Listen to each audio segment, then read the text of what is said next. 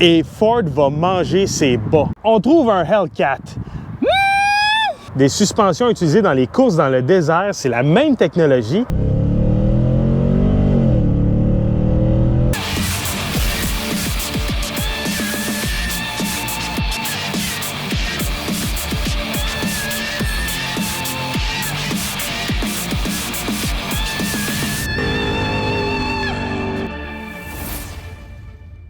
Salut, Charlie Pop pour Car...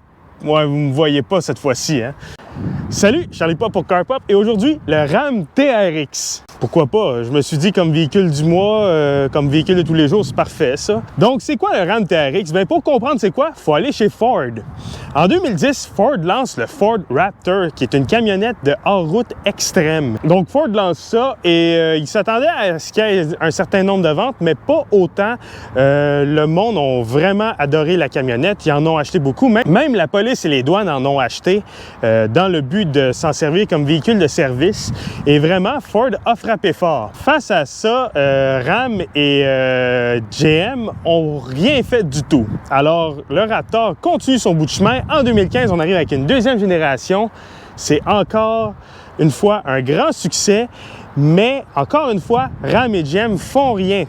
Autour de 2018, Ram présente un concept basé sur la camionnette 1500 pour venir concurrencer ça. Et il l'appelle le TRX, qui était dans le fond un trim que Ram offrait sur le Ram dans les années 2000, qui était l'équivalent de FX4 chez Ford. Donc Ford lance une autre génération de 150 en 2020 avec, encore une fois, un Raptor qui va connaître un énorme succès jusqu'en août 2020.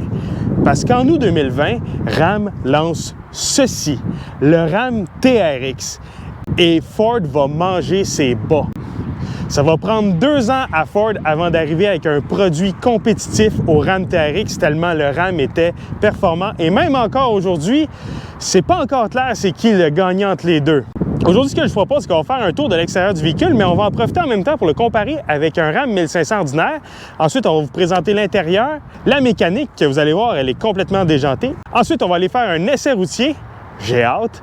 Et ensuite, on va aller s'asseoir et jaser prix. J'ai emprunté ce véhicule à un de nos abonnés et si vous voulez faire comme lui et avoir votre véhicule dans un des vidéos de Car Pop, tout ce que vous avez à faire, c'est écrire à l'adresse courriel en bas ou nous écrire via notre page Facebook. Pas obligé que ce soit une voiture neuve. Si vous avez un Subaru SVX, c'est sûr que je me pointe chez vous essayer cette affaire-là. Donc, vous pouvez m'écrire dès maintenant. Ça va me faire plaisir de vous répondre. N'oubliez pas de vous abonner, ça fait une énorme différence. Et maintenant, débutons par l'extérieur. À l'avant du TRX, ben, comme vous pouvez voir, à comparer du Ram 1500, il y a beaucoup de différences. Tout d'abord, la hauteur. Le TRX est beaucoup plus haut. On a 300 mm de garde au sol. C'est énorme. On a une énorme trappe d'air juste ici. C'est pour alimenter le moteur en oxygène parce que ce véhicule-là a besoin énormément d'oxygène. Et on a aussi 3 lumières oranges. Ces 3 lumières oranges-là sont obligatoires. C'est parce que le Ram TRX est beaucoup plus large que le Ram 1500. Et en fait, lorsqu'on atteint une certaine largeur, selon le gouvernement canadien, il faut avoir 3 lumières oranges pour indiquer qu'on a un véhicule large. On remarque aussi les énormes ailes bombées de chaque côté avec des trappes d'air fonctionnelles qui ressortent à l'arrière pour venir refroidir le moteur. Et on remarque que la calandre est complètement différente, beaucoup plus grosse, mais aussi que les phares avant sont complètement différents aussi pour venir accommoder cette calandre-là. Donc, le TRX a ses propres phares avant. Dans cette calandre, on peut voir juste ici en dessous une caméra pour nous aider à faire du hors-route. Et finalement, on remarque que le pare-choc est complètement différent du Ram 1500 pour des raisons de garde au sol et d'angle d'attaque. Et on a aussi des énormes crochets de remorquage pour nous permettre de remorquer ce camion de plus de 2600 kg allège. Sur le côté du Ram TRX, encore une fois, les différences sont gigantesques. Tout d'abord, la trappe d'air que j'ai parlé plus tôt qui est ici, elle ressort ici, donc elle prend la chaleur et la sort de l'autre côté. Ensuite, on a des énormes roues avec des énormes pneus. On va y revenir tantôt. On a une bande noire dans le bas des portes qui sert à protéger la carrosserie et on a aussi une bande noire tout le long de l'aile pour venir protéger la carrosserie encore une fois. On a aussi des marchepieds, c'est obligatoire sur le Ram TRX parce que c'est beaucoup plus haut que le Ram normal. À l'arrière, on a encore une fois l'aile bombée qui est énorme pour venir accommoder ces énormes pneus et qui donne un effet de boîte plus grosse que ce qu'elle est, mais en réalité, c'est la même dimension de boîte, c'est la même longueur, même largeur. Et on a la Ram Bar qui est une option qui vient nous protéger là, si on verse avec le véhicule. C'est vraiment cool et ça a vraiment plus de chien que le Ram 1500 ordinaire. Excuse Tristan. Parlons pneus et roues. Les roues du Ram TRX sont exclusives à ce modèle-là et c'est des roues qu'on appelle Breadlock. Donc, on vient visser le pneu après la roue. Comme ça, on peut carrément faire un flat et on peut continuer à rouler sans que le pneu se déjante d'après la roue. C'est vraiment cool. Et la raison pourquoi on a des ailes élargies, c'est à cause des pneus qu'on a ici. C'est des LT 325/65 R18. J'ai pas besoin de vous dire que c'est excessivement large, excessivement gros. Le diamètre total des pneus avec la roue est de 35 pouces. C'est énorme. Pour un véhicule de série, c'est juste énorme. J'ai pas besoin de vous dire que grosse roue, gros prix, ça coûte excessivement cher à remplacer. La bonne nouvelle, c'est qu'on peut mettre des pneus homologués hiver de hors route et donc rouler avec ça l'année. Étrangement, celui-ci n'en a pas. À l'arrière, on peut voir encore une fois les ailes élargies, c'est la signature de ce camion-là, avec une fausse trappe d'air ici qui vient donner du muscle à la ligne. Les phares arrière sont les mêmes que le Ram 1500, c'est une des seules pièces communes. Le pare-choc ressemble à celui du Ram 1500 régulier, mais il est un petit peu plus petit afin d'aider en hors-route. Et on a deux énormes pots d'échappement, tellement gros que je pourrais rentrer mon poing dedans. Et d'ailleurs, écoutez-moi le son de ce camion-là.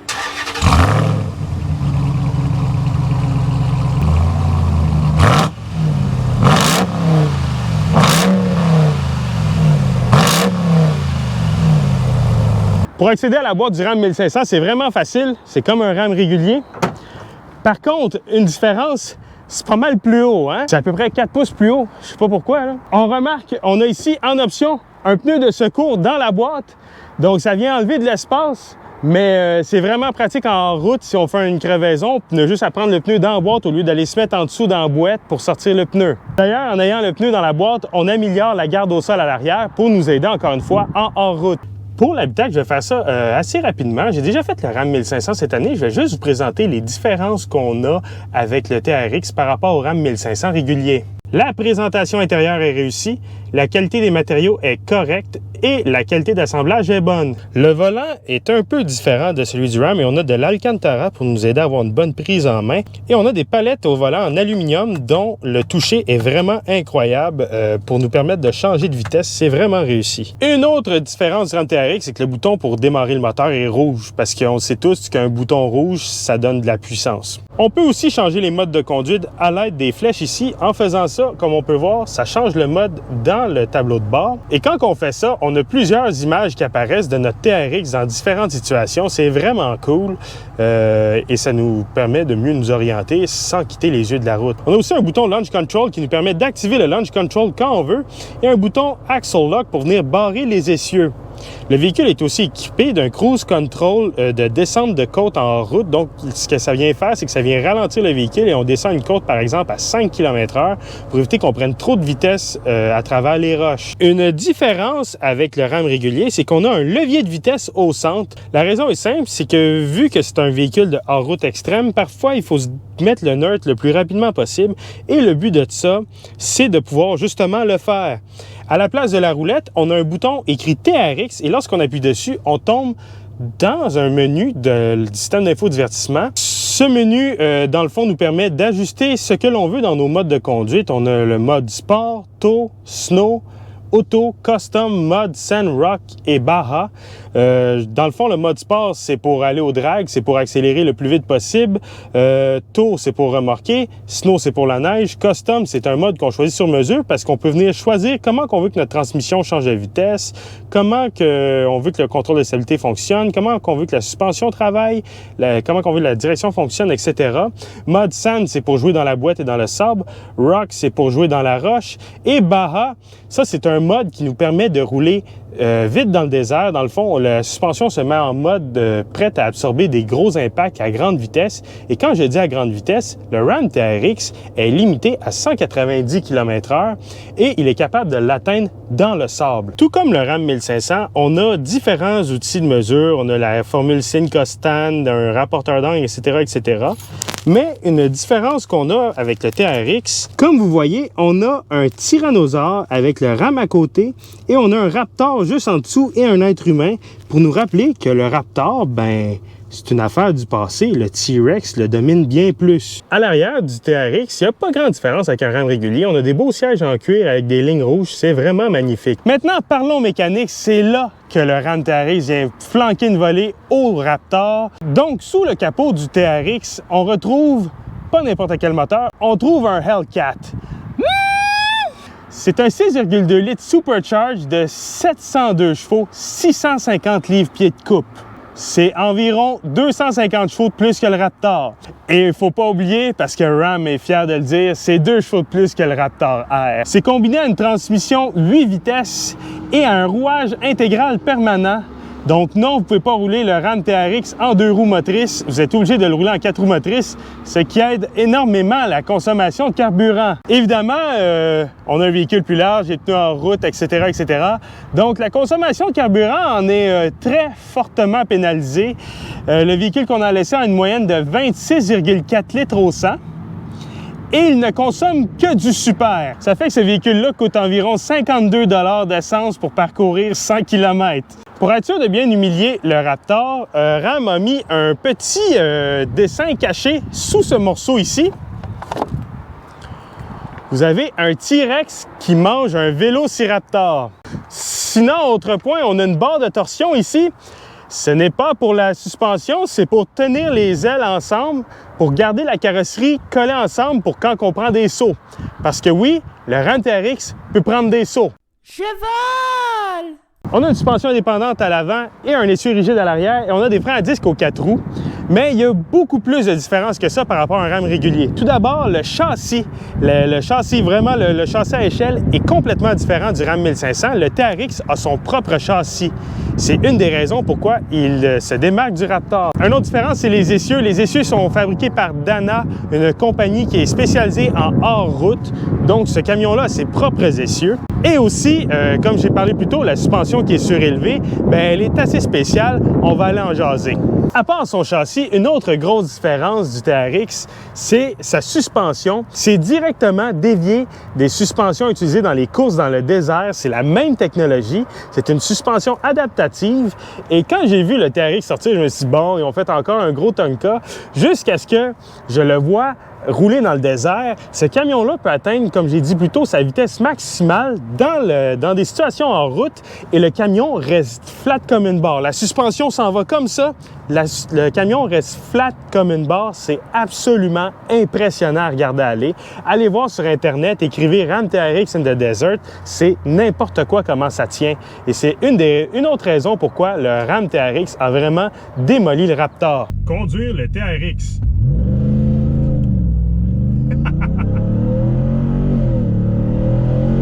La première chose qui me surprend du Ram TRX, c'est son côté civilisé.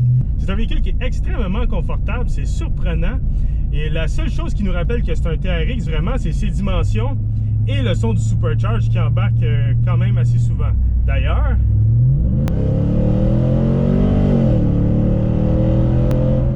les accélérations sont vraiment impressionnantes. Le son est incroyable. Le supercharge en avant, le Hemi en arrière. On a ouvert la fenêtre arrière pour mieux l'entendre. Vraiment, quand on décide de taper dedans, c'est vraiment le fun. On a différents modes de conduite. Tout d'abord, le mode auto, qui est un mode normal. Ça va très bien.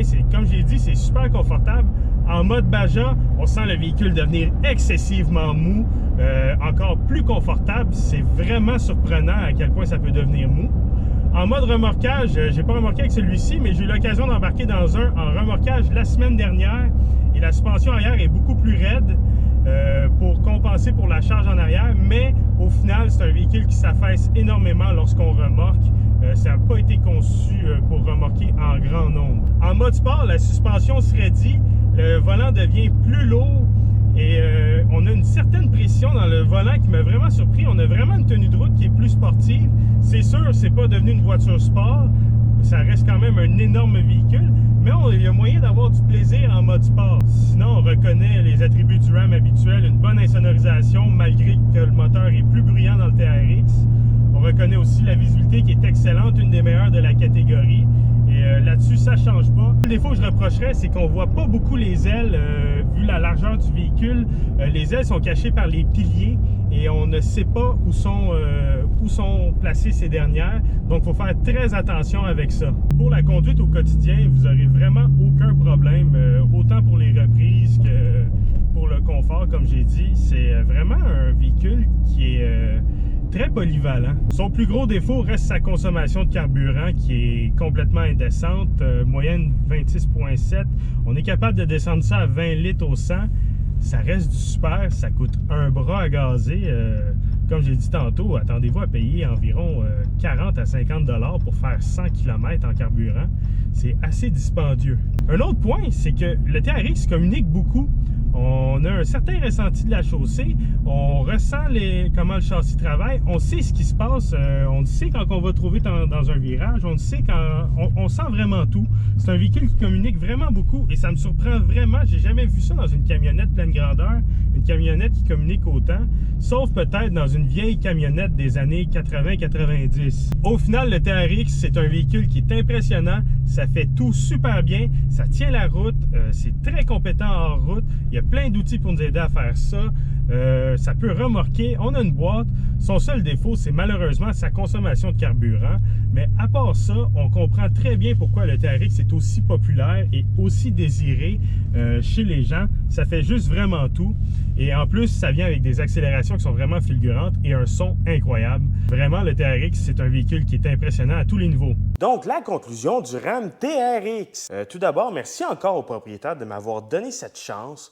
Il m'a aussi donné la chance de conduire un autre bolide qui va apparaître plus tard dans l'année et dont j'ai vraiment hâte de vous présenter. Donc, le Ram TRX, on a vu, c'est un véhicule qui est très rapide, très performant, qui offre une certaine communication avec le conducteur, mais je n'ai pas trouvé tant que ça excitant.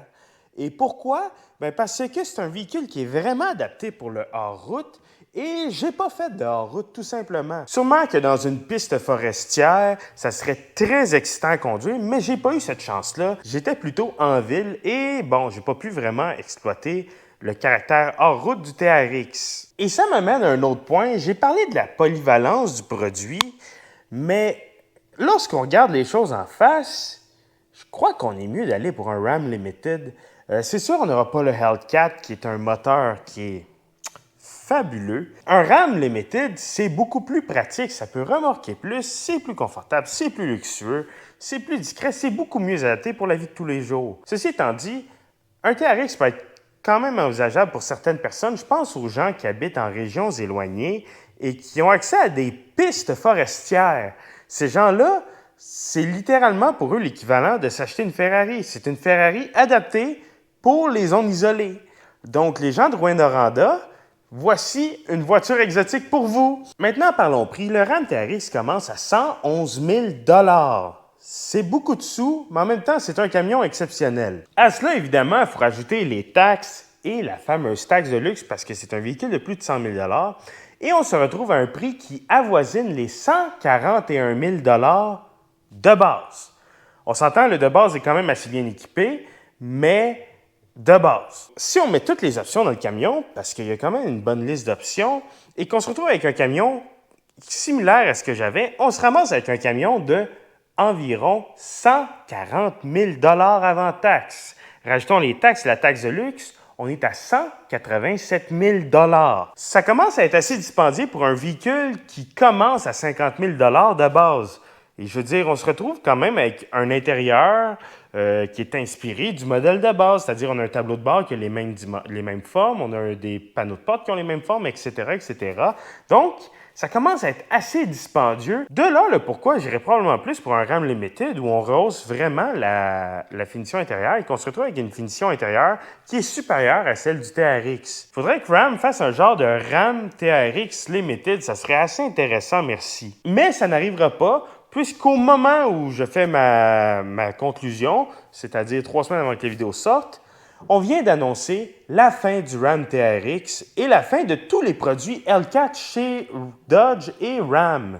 En fait, chez Stellantis. Et ce moteur-là va nous manquer énormément. C'était un moteur exceptionnel avec un rendement exceptionnel et une consommation moins qu'exceptionnelle. Donc, à cause de ces prix-là, le Ram TRX me divise. J'ai du mal à le recommander parce que on est en territoire de voitures excessivement luxueuses. On peut aller chercher des véhicules qui ont une meilleure finition intérieure, qui vont offrir énormément plus de confort et des performances similaires pour un prix comparable ou moindre et une consommation de carburant excessivement moindre. Parce que oui, le véhicule est 187 000 $, mais ce n'est pas parce que vous avez les moyens de faire les paiements de 187 000 $ que vous avez les moyens de rouler un TRX. Si vous roulez à 100 km/h sur l'autoroute, vous allez faire 20 litres au 100 avec du super. Je veux dire, c'est 40 $ de l'heure à rouler, ce camion-là. Là. C'est excessivement dispendieux. Et si vous commencez à jouer un peu avec l'accélérateur, ce que vous allez faire, parce que c'est un Hellcat, bien, vous allez tomber dans du 25-30 litres au 100 et vous allez tomber sur un véhicule qui coûte 50 à 60 $ pour faire 100 km.